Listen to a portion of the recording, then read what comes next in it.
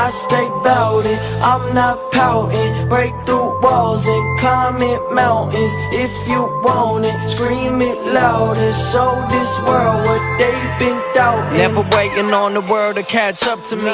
Leave it in the rear view. I wish that it was up to me. The world would never fear new. G'day guys, welcome back to the Braintainment podcast.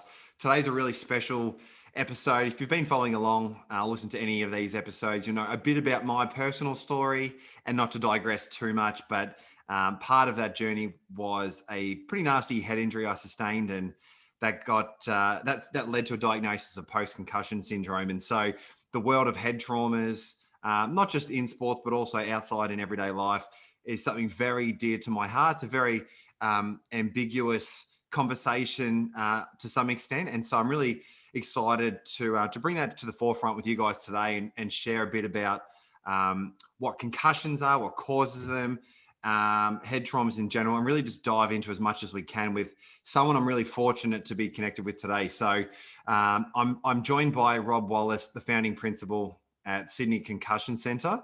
And Rob, it is an absolute pleasure to have you on the show, mate. Yeah, thanks for inviting me, Len. It's great to be here. And hello to everyone out there. So to kick things off, mate, let's just, we'll give a surface level overview and then we'll dive into the intricacies. I was just chatting with you off air saying I'm going to approach this conversation from a place of curiosity, given my own story and journey, but sure. And it's not an unusual journey. I can guarantee you that too. And that is that is nice and comforting to know. You know, can feel very lonely at times, which I'll get to in a moment, I'm sure. But to start with, mate, what is a concussion? What's actually taking place based on the latest research, I suppose, and your experience? What is taking place when a concussion occurs? Yeah. And look, we know that concussion is related to an acceleration-deceleration injury to the head. So we used to think it was the brain sloshing around inside the skull and hitting the inside of the skull a little bit, causing problems. But we actually now know that it's the stretching of the nerves in the brain that causes the problem. And that stretch of the nerves will cause a surge of electrical activity. And that's when you see the immediate effects of, say, someone probably on a footy field. It's the most obvious time, or sporting field, where the cameras are on them and we see them fall over, stumble around. Sometimes they'll go into that really sort of awful looking decerebrate posture where their arms sort of go straight and they're just lying motionless on the ground. And that's all those symptoms occur from the surge of electrical activity in their brain caused by the stretch of the nerves, by the acceleration-deceleration injury. And so, I mean, even just that alone is like so much more intricate than what I was privy to growing up to start with. I played a lot of football myself. Fortunately, I didn't have any nasty head injuries playing footy. Maybe I just wasn't hard enough at the ball. I don't know. But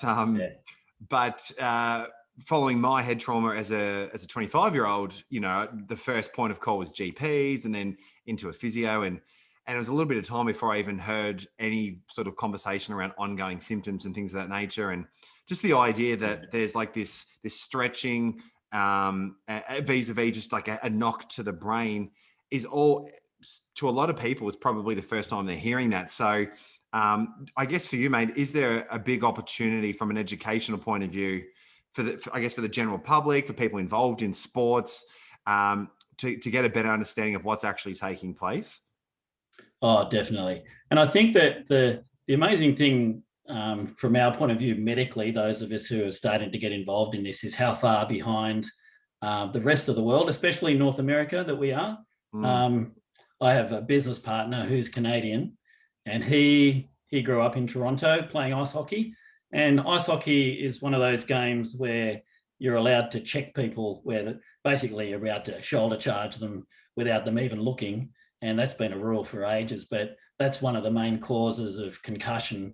And so he talks about going back as far as the early 2000s of them being aware of concussion, much more aware of concussion and looking out for your mates and things like that. Stuff that we're only now starting to bring into our sort of, I guess, our sporting sort of, some sporting ideas of what concussion is. And so I think we're a lot more aware in the last couple of years, but we're certainly a long way behind just that level of simple understanding, both not just at a general public level, but at a medical level of what concussion is. So really important that we can crank up that education side of it and help people to understand what's going on. It's nice to see, I guess, the conversation getting a little bit more airtime. I think last year alone, I saw, particularly related to the AFL sports here in Melbourne anyway, on the front page of the news, it was, one of the guys struggling with either that's currently in the game or effects post, years later, which we'll talk about in a sec, getting some airtime, which is really important. I think at the time of recording this, I think it was last night or maybe a couple of days ago, I saw Chris Mayne. I'm a Collingwood supporter. He was, he just had a head injury and he was looking, like you just described, he was looking pretty sinister there on the ground. And so I feel like every time I see this stuff now, I'm just like, like I know where this, I know what's going on. How tricky it can be. Yeah, and hopefully the I think I've seen, we had one story yesterday, one story this morning of concussion, and a lot of it's in that sort of post-concussion type talk, and the story this morning was about litigation and going back to these old footy players who have got ongoing problems now. So hopefully we can sort of bring that discussion a bit earlier on to the process of early education of what's going on and being able to manage these things a lot better, because we really talk about how we've got a concussion problem. Yep. But that's probably because we don't manage them properly. We have a management problem. So how important, if we get the management right, can make a big difference.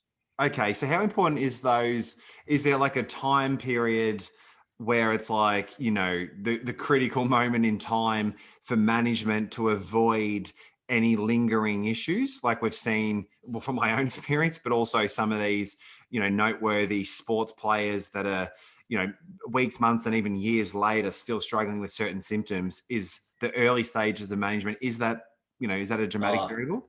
I think that's a key period. And there's a number of issues that go in there. Firstly, just how you manage it in those first 2 weeks can be critical. Some of that is about not sending players back onto the field too early. There was just as an example, I think in the State of Origin series, I know it's a Northern States game, but you're probably aware of it here. And there was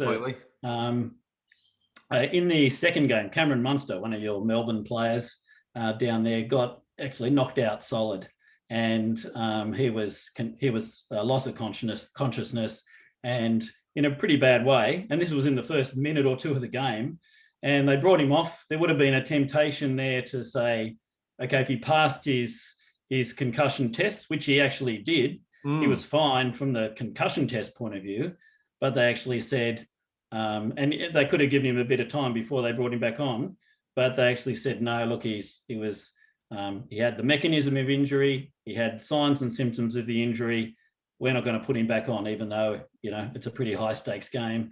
And that was the best thing for him. He actually came back and played a week later. Whether that's a good thing or not, I'm not, the jury's still out on that. But they managed it well at the time, and so he probably recovered a lot quicker than if they had to send him back out on the field and tried to get him to finish the game. So I think that there's that initial critical period, and that the on-field testing that they're doing now is great. That's important, but with the symptoms you get after a concussion, we've got to remember that there's often a delay. Yes. So you'll get your concussion. Plenty of players pass their concussion test. Yes. And so they go back onto the field, but the next day, that's when their symptoms come to light. And that's because of this energy deficit that develops in the brain from that acceleration, deceleration injury we were discussing. And so it takes time for that to have its impact. So that, I guess, one of the acute critical periods is that first 24 hours. Yes. What you do there in terms of preventing them from injuring themselves again. But then the first 2 to maybe 3 weeks are really key. If you manage them well there and you get the management working well early, we're hoping that we can reduce the number of people that move into that post-concussion syndrome or persistent concussion symptoms type situation. And that can be up to 30% of people that have a concussion, which is pretty high. And I got some stats. The stats in America are that about 1.1% of the population have a concussion every year. And if we transferred that to Australian numbers, that's about 282,000 people a year will get a concussion. Wow. And if you're talking 30% of people will develop a post-concussion syndrome as well, you're talking 85,000 people could have post-concussion syndrome, similar to what you've got every year. So those numbers are pretty staggering. They're very. So we want to try and avoid that or limit that to a bare minimum, because the symptoms, as you know, can be very crippling and disabling. So let's talk about that. Those symptoms. I don't know if you've worked. I assume you have worked with clients and patients and people in the space that might share a similar train of thought, and that is, often I feel. I'm just going to sort of digress a little bit, and I think that the listeners will sort of get more context around this post-concussion syndrome. This is the lane I want to stay in. So it can feel very isolated at times, and almost there's so much ambiguity around it, because on one hand, physically I look fine, right? I've always been reasonably articulate, so like my speech, for the most part, other than fatigue and things like we'll talk about in a sec, but wasn't overly impaired. So it's like, part of me, whether people think this or not, and this could be just, the masculine ego, I'm not too sure, but it's like, I don't want to show a level of weakness when I can't even point to it. And my fear is that people think, mate, there's nothing fucking wrong with you. Stop, whinging almost. Yet, and I'd love for you to expand on some of this stuff, but in terms of symptoms, after, a period of time after a head injury, like for me, it's been, like you said, at times debilitating. So could you maybe talk to your experience of what post-concussion syndrome is, I suppose, if no one's ever heard of that term, and what some of those lingering symptoms look like? Yeah. So the post-concussion syndrome or persistent concussion symptoms is what we're talking about now. Same sort of PCS. It's the same letters, but it's just the ongoing symptoms you can get that all look very similar to a more acute concussion. When I say acute concussion, not that immediate concussion symptom you get of really finding it hard to stand up straight and losing your consciousness a little bit. Ongoing headaches is probably a key thing. Sensitivity to noise and sound, dizziness is a key issue. The cognitive issues that you were talking about are a real big thing. Inability, finding it difficult to read or to retain information. Loss of memory. All these things are consistent with a post-concussion syndrome issue, but everyone is different. So this is the thing. It's not exactly the same for every person. So everyone's got a mix of these symptoms. And so, and the reason that there is such a mix is because there's up to 5 things that can really contribute to those, which we'll get onto in a little while, I'm sure. But they all manifest in a different way, and depending even on what you're doing for work. So if you're in front of a computer reading a lot for work, that's going to impact on your concussion, will impact on you differently compared to if you're a tradie out working outside in the sunshine and being more active. So the type of symptoms, I cover basically your ability to think clearly, your ability to I guess cope with the normal sensory demands that we're hit with, and then that can then start to overflow, into your psychology a little bit, because when you start to have issues in this area, then people can develop sort of more depressive or anxiety type issues as well, especially if they're predisposed to that. If they've had those problems before their concussion, then that can really be exaggerated afterwards. So there's a myriad of symptoms that can affect, and I don't sort of get too worried about all the variety of symptoms because they're all so different, and everyone expresses theirs in a slightly different way, because we've got a brain that's been affected here, and your brain just runs everything in your body, so it can affect anything. So the overflow into what goes on in your life can be quite variable for each person, but very significant. And then as you say, it's all invisible. You look fine. It's not like you've had a severe head injury where you're in a wheelchair and you can still talk. Yeah. You talk gibberish sometimes because your brain's so scrambled.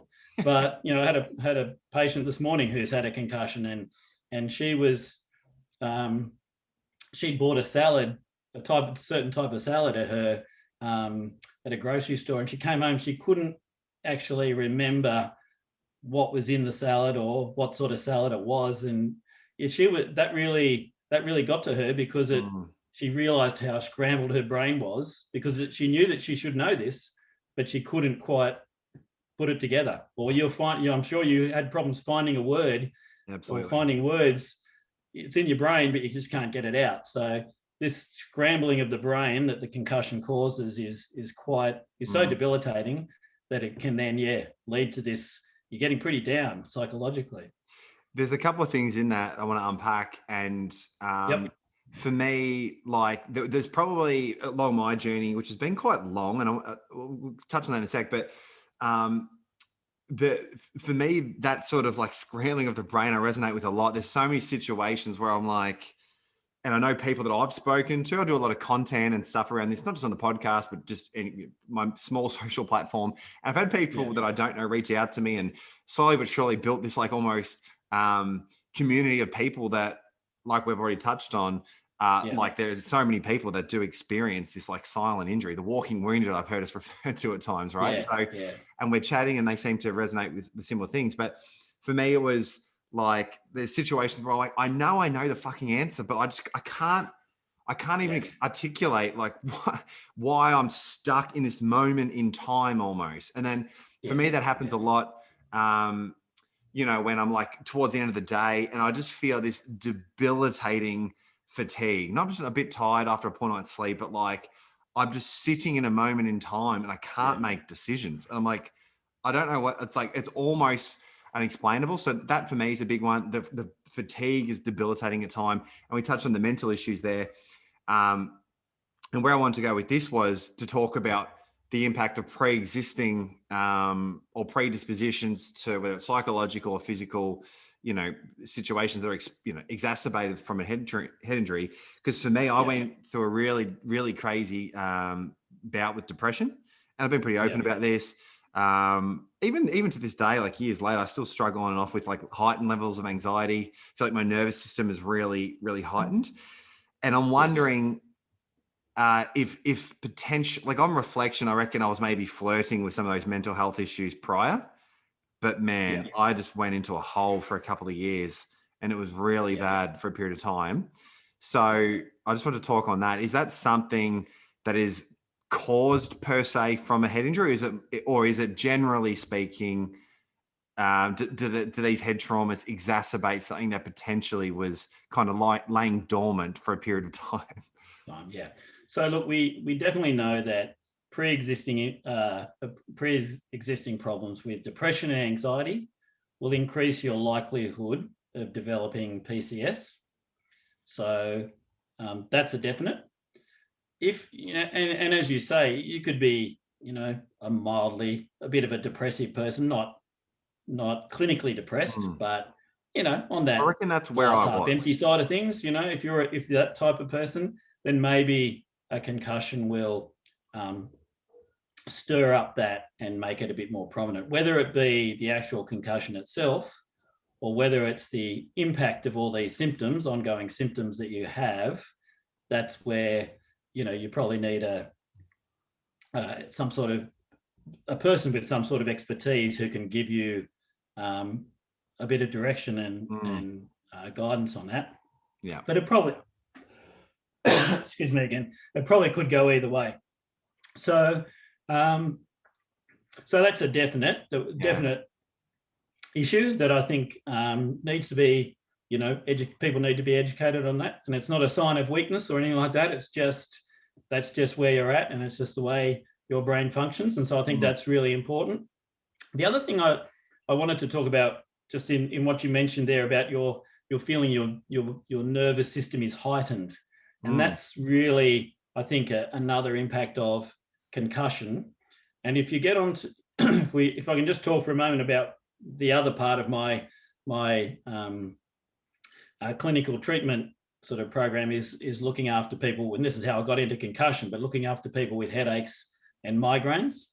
Migraines are a headache which is characterized by a nerve hypersensitivity in the lower part of the brain called the brain stem. And what we also know is if you've got a pre-existing migraine history or a family history of migraines, that makes you genetically predisposed to your nervous system becoming hypersensitive. So you will again be more likely to develop the post-concussion symptoms post-concussion syndrome if you have those sort of migraine genetics, if you like, because it's a lot of the pathophysiology between a migraine and concussion is very similar. So if you're a migraine sufferer and you get a concussion, you're more at risk of developing PCS. So, and it's all about the fact that the nerves become hypersensitive, and that creates issues with, because they're hypersensitive, it's almost like they fatigue quicker. And that's why you get to the end of the day and you feel fatigued and tired and your brain just doesn't work anymore because it's been overworking almost so much during the day. And there's a few different issues that are associated with that, but it's basically your brain, as you say, is being is wired up too much. It's pretty hot and it's just bringing itself out too quickly. It's creating confusion for you during the day, but wears out too quickly by the end of the day. Does that sort of make sense? It very much does, and I can relate to it a lot. I feel like, particularly if I sleep well, which is a, I know there's a lot of research around the relationship between, well, for anyone, particularly if someone who's had a head injury, between sleep and how you feel. And so for me, if I sleep pretty well, in the mornings, I actually feel reasonably sharp, but then I can just go from 100 to 0 pretty quickly. Yeah. And I reckon just on reflection, it's in large part just due to the cognitive load, probably the nervous system, like we've alluded to there, maybe just being overworked. And I do spend a lot of time on my computer, hence the blue blocker glasses. Blue light. Yeah. So the other one I wanted to bring up before we dive into, I think you touched on like potentially 5 different areas of treatment or whatever. We'll dive into that in a sec. Well, I think it'd be really useful for the listeners. It's really interesting in general. And I want to, for my own journey, dive into that. Yeah. But I want to talk about whiplash. I've seen some research come out around whiplash. And I think, at least for me anyway, I'd always associate that as a very different injury or experience. Are there similarities between a whiplash injury and or what we would call a concussion? Concussion, yeah. Exactly the same, really. There's been a lot of research. We actually are associated with a Canadian group called Complete Concussion Management. Oh, you're kidding? I do have that course. Oh, the CCMI course? Yeah, it's fantastic. I follow all of their content. Yeah. So we're actually associated with them, and that I did like a full-on training course for going back a while ago, just to really, it was one of the things that I did to really sharpen my skills on concussion, and I'm just trying to remember his name. Me too. The guy who Cameron Marshall. Cameron, that's it. Cameron Marshall, yeah. So he's done a lot of research on. He started off doing some research through uni, all about the whole idea of a concussion and whiplash being the same, and basically that's what he's come up with is that concussion and whiplash are the same thing, because it's a whiplash. You may not hit your head, but it's the acceleration deceleration injury does the same thing to your brain, stretches the brain, and so all the symptoms are the same. A lot of the treatment is the same, from a acute maybe the acute management's a little bit different because you've probably put more stress on your neck, so it's a bit more neck orientated. But still, if you've had a concussion, then you've had a whiplash injury as well, because it's about 70 to 120 Gs of force to give you a concussion.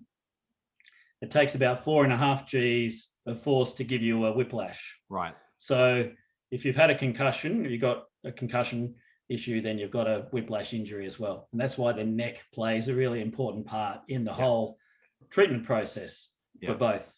The reason I asked was I had someone reach, one, I'd been diving into Cameron's content and the research there, but also I had someone I don't know reach out to me on a social platform who had a very different experience to me in the moment, but we were relating on so many levels in terms of our symptoms. And so for me, I don't know if I told you this off air or not, but for me personally, my injury came from being hit. I was king hit overseas. And I was knocked out. I was out cold for a little while. And my understanding is I was hit, but then I also fell and my head hit the gutter. You know, whether it was the blow from the force or potentially knowing what I know now and what we're talking about, maybe it was just the awkwardness of falling and hitting the gutter. But that was my situation. This girl who reached out to me, she had a car accident, which wasn't, you know, quote unquote serious on paper. Didn't lose any consciousness. The car was fine. But she just had like a jolting, and she's now, you know, debilitated with all these things we're talking about, and crazy anxiety and depression, you know, dizziness, fatigue. And so it was just really interesting to see the correlation. Yeah, definitely a correlation. And the interesting thing is, I've done some research on the migraine concussion issue, and the symptoms are almost exactly the same as well.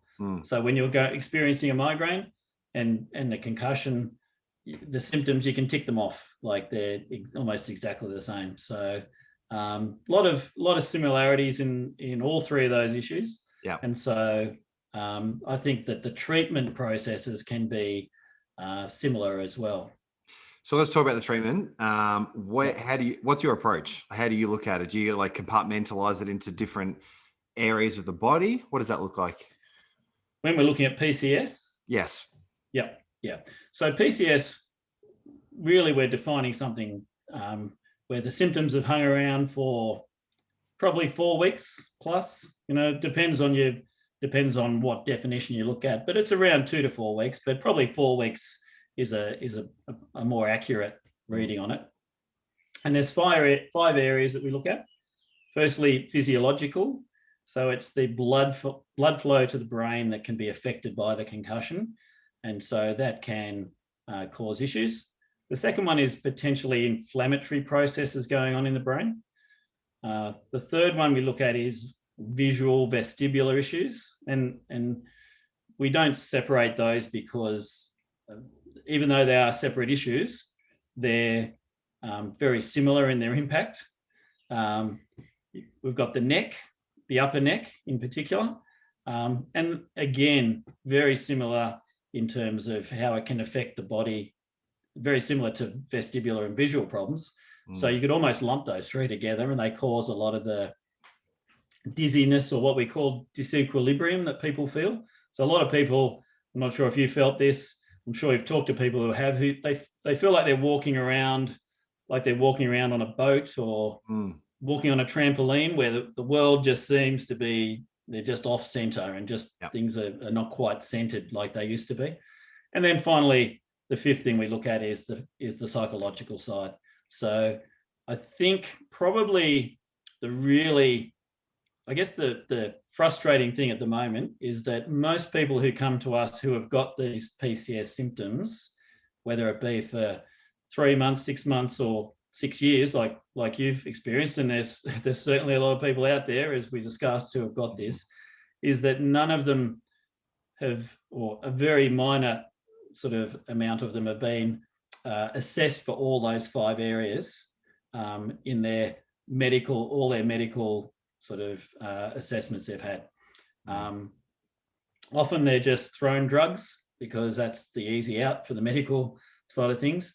And I think it's purely just that people don't understand. I don't think they're not doing it on purpose. It's just that we haven't had that or developed that understanding from a medical viewpoint to know what to do. And that's why we have to go to, overseas and go to Canada to get better understanding of this. Yes. And, try and develop a situation here in Australia where we've got better facilities for people, the huge numbers of people who need to get these areas addressed. Yes. So there's a couple I want to dive into there, and then I just want to unpack it a bit. So the psychological side of things. So I've obviously extremely passionate about concussions, given my experience and just what I've been through. The physical, like for a large period of my life, it was just debilitating, and I had to give up sports. My identity as who I saw myself as was almost taken away from me. I couldn't even go out, even a year later, I couldn't even go out to a nightclub when I was 25 because the sensory it was just too much. And like the anxiety being around other people and the headaches, and I'd have like 2 drinks and I'd just feel so disoriented. Like, I'm like, who am I anymore? And so it's been crazy. So anyway, to bring it all together, that's obviously very passionate for me, but I'm also quite interested almost off the back of that. It's taken me down this rabbit hole of just the broader world of, health and vitality and self-improvement and things of that nature. So I'm very aware of how, I guess, the relationship between our psychology and how that plays out in our physiology. And, I guess what I'm asking is, or what I'm alluding to is, I found it really challenging at times to identify how much of this is now a 6-year narrative that I've built into myself that it's hard to escape from. I'm someone who's broken with this injury, which I'm sure that psychosomatic part plays a role, versus how much of it is, I guess, physiological and real. And the reason I ask is, there's times where I can just be having a fucking horrible day, and pardon my language, but like, even now, like 6 years later, where I'm like, I can't even see, almost like I just can't make decisions. I'm like, I can't, the idea of doing anything just seems near impossible. I open up my emails and I'm staring at the inbox and I'm like, I don't know what I'm looking at. Or I get a text message and I look at it for 10 minutes and I'm like, I can't take in I'm reading the words, but I don't know what the message is. And so but then I'm able to, throughout the day, maybe not feel a 10 out of 10, but get to a place, whether it's through like a deep connection with friends or a social experience or hanging out with my partner, and feel better. So there's obviously some psychological aspect to it, but there's other times, like I just said, where like almost for no reason, I just feel debilitated. So how does one read between the lines? Yes. Okay. It's a great question. It's probably almost a open-ended question. There's no. I guess what I want to know is, am I crazy? It. Am I a nut job for still being so crippled on some days, or is there like is this a real thing? I'd definitely say no. It's a real thing. Yeah. So I'd say it's okay to be pissed off by the fact that you have these ongoing symptoms, because they do affect your life. So I'm quite happy for people to come in to the clinic and have a bit of a complaint session and to, have a bit of a cry. I've never had so many people cry in my treatments, just as we're talking about things, because of their total frustration since I've been treating people with, headaches, migraines and concussion now, because it's a very frustrating situation to be in. I think, and I think the two, as you say, they're tied so closely together that in terms of the psychology and the physiology side of things, that they're very hard to separate, because they will impact one on another. I think the main thing I try and encourage people in, and I think that there's quite a few people in a similar situation to you who are, have got communities online, as you say, with concussion, and it's all, I think that works really well if they're just encouraging and positive about the fact that you will get better. It seems like it's a snail's pace, and it is a snail's pace a lot of the time, especially the longer you get from having that concussion. You do feel like you're moving really slowly, but if you're just trying to persist, it's a marathon, it's not a sprint. And so if you just try and persist in terms of, keep doing what you're doing in terms of the level you can attain, you're going to have your bad days, going to have your better days, but just keep persisting with, pushing yourself, not too hard, but pushing yourself a bit. I think there's always going to be a bit of improvement happening. So I think that, and if you keep that positive psychological outlook, yes, in whatever way you can, yeah, then that's going to, I think, reflect positively on the physical side as well, and vice versa. I think they can both work well. So, a lot of people talk about exercise, and I think that's the thing, the being proactive from a physical point of view, that's really, really important. Our rehabilitation, in all of those other areas, those 4 other areas that we talk about, are all, you've got to be proactive, and you just don't sit on the lounge and take a tablet and expect to get better. You're watching telly and doing nothing. You're much more effective if you're proactive. And it's, when I started physio, which was way too long ago, it was at the start of the sort of mid 80s, I became a physio. Late 80s was when sports physio was really starting to come through.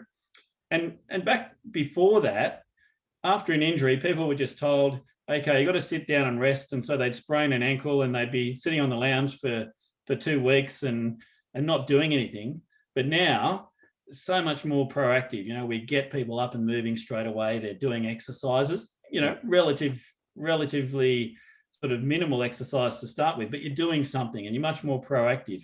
And I sort of feel like I've come in with concussion 30 years later, and it's exactly the same approach, that for years people have been told, get a concussion, go and rest in a dark room for 2 weeks. Yeah. But now the talk is, be proactive. If you can get out and do something, like you can get out and have a walk, or you can watch a bit of telly, or you can do something that is out of that dark room, then it's much better to do that than just, hiding away and not doing anything. So it's much more proactive approach. And I think that generally on both sides, whether it's physical or psychological, if you're being proactive, as you've explained a few ideas there, in terms of being psychologically sort of proactive, that will mean you're going to continue to improve and progress, even though it seems like a snail's pace. You will continue to improve. So that is comforting. Yeah, I find when I do exercise, it makes a dramatic difference, but I can very easily overdo it. And when I overdo it, I can be exactly. days. So I suppose it's just like that. There's probably no secret sauce per se, other than just to really consider some of these approaches, and then, like you said, whether it is snail's pace or not, there is that gradual improvement. And as frustrated as I get at times, 6 years later, but where I was even 2 years later, they're sort of worlds apart. So that is really promising. One final one, I'll let you go. And I feel like, I could talk for hours and hours on this stuff because it's so important for me. But we could, for sure. Yeah. I wanted to talk, and actually just a quick little anecdote before I ask my last question, but just on that, sort of bring it all together with like having the right rehab at the start, the right practices at the start, and then moving the body. I feel like my approach was all wrong, which probably didn't help. So just to give you a little bit of context. So for me, I had this situation where I was attacked overseas. I was hit and then fell in the gutter and unconscious. I did my concussion test. I remember the ambulance came out from Christchurch. And I even now remember I'd been having a few drinks as well, but I passed that test and I'm thinking, maybe I just had a really nasty, big gash open above my eye. And so they just said that it should be okay. And so I went back to the campsite and I just went to bed. And then the next morning, obviously had a crazy headache, just felt so all over the shop. I went into the local medical area in the country town. I got stitched up, and then I jumped back into the camper van and I drove for about 7 hours the next day, winding roads, like pushing through the pain because I was like, I'm just a bit sore because I got punched in the face. I'm like just ignoring it. And I did that for a couple of days, and then I just collapsed and have to go back into hospital when we got down to Wanaka. So anyway, that was probably the worst way to do my first 48 hours.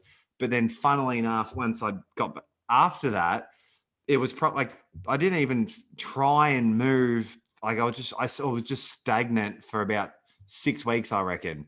So I've probably done it the other way around, where it's like the immediate stage, too hard. I was just like doing the worst things for it. I didn't even take it seriously.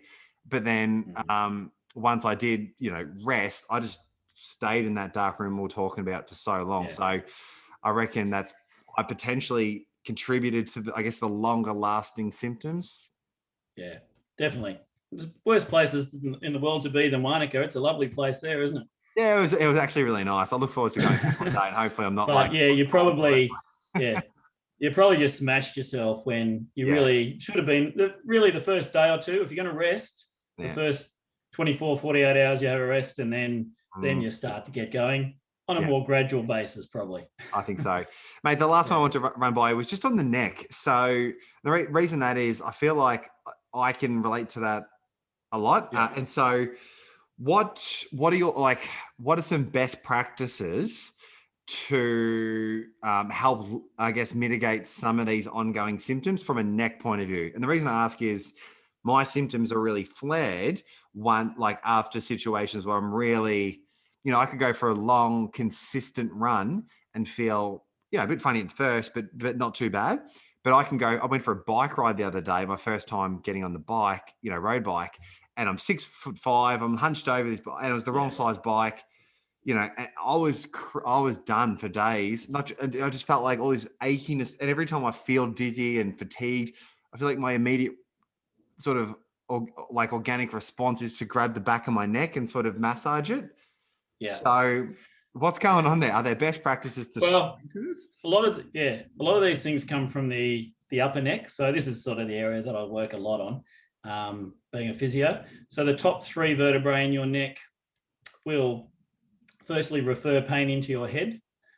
So you can get headaches from those levels. So there's 7 vertebrae in your neck, but the top 3 cause those problems. But they can also lead to things like dizziness. You can get, some of the other, in more severe cases, it can stir up the brainstem sensitivity, which is the part of the base of the brain where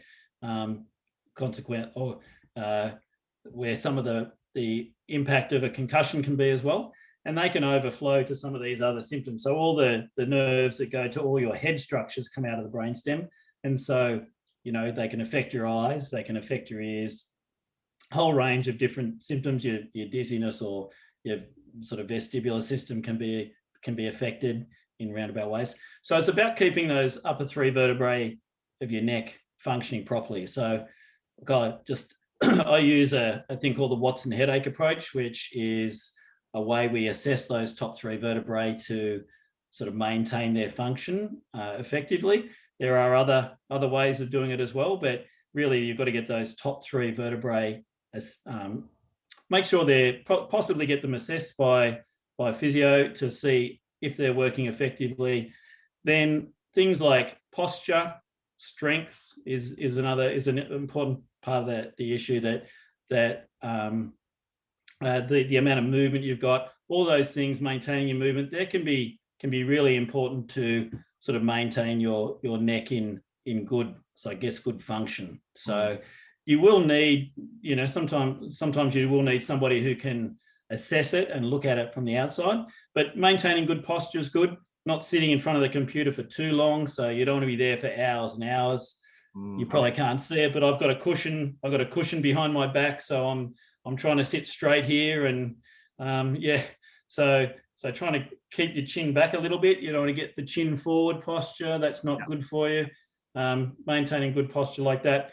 Being on a bike, if you haven't been on a bike for a long time, it's always going to put your head into that extended position, especially if it's the wrong size. It's going to really force it into a bad position. So being aware of when you're putting stress on your neck and doing it in shorter time frames. I forget how long your bike ride was, but it sounds like it was a long one.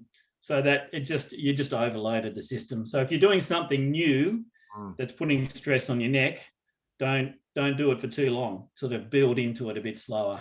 But that's not always possible, but but it makes a lot of sense. I reckon there's some opportunity to really strengthen my neck. I've only just recently started to consider that, like specifically training and strengthening it. So anyway, mate, I'll let you go. Thank you so much for carving out the time. I'm really grateful. I know there's no problem. People that tune into this, that there's a couple of people that actually have a similar situation, so they'll be able to relate, but there's also people, friends and family, and some people that have just started following along with the stuff that I try to put out, that we're just a bit more curious about my story and think what we've shared gives some context there. So the work you're doing, please keep it up. I think it's really important, particularly here in Australia. Yeah. Any final thoughts before we wrap? Yeah, no, and as I said, it's a story that is very common. So I'm sure there's plenty of people who will either have this problem or know people that have the problem. And so I think that having some sort of hope that they can make some improvements is, half the battle.